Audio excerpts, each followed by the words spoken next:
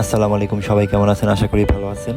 আমরা আজকে চলে আসছি কিশোরগঞ্জ নরসুন্দা নদীর তীর, তার পাশেই আছে কিশোরগঞ্জ লেক সিটি। বিকেলের প্রকৃতি আসলেই দেখার মতো। শেষ বিকেলের যে সূর্য অস্ত যায়, মানুষ সেটা দেখতে অনেক ভালোবাসে।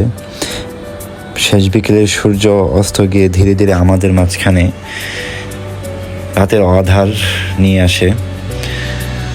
আসলে এই সৌন্দর্য বহিঃপ্রকাশ করার মতো না।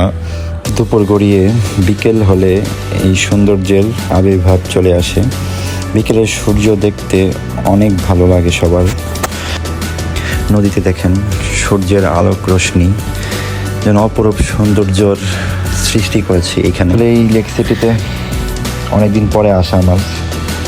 মাঝখানে এখানে সব কিছু বন্ধ করে দেওয়ার কারণে খুবই অন্ধকার নীরবতায় থাকতো এখানে। এই যে দেখেন এখন মানুষের আনাগোনা অনেক, আবার নতুন করে দোকানপাট সব কিছু বসেছে। আবার সেই আগের মতো জমজমাট হয়ে উঠেছে কিশোরগঞ্জের সেই গুরুদয়াল চত্বর।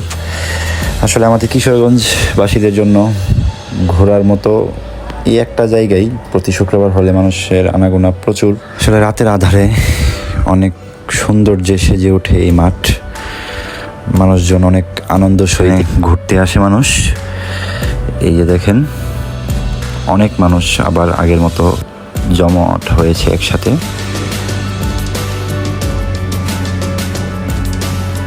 আবার সেই আগের গুরুদয়াল ফিরে পেয়েছি আমরা।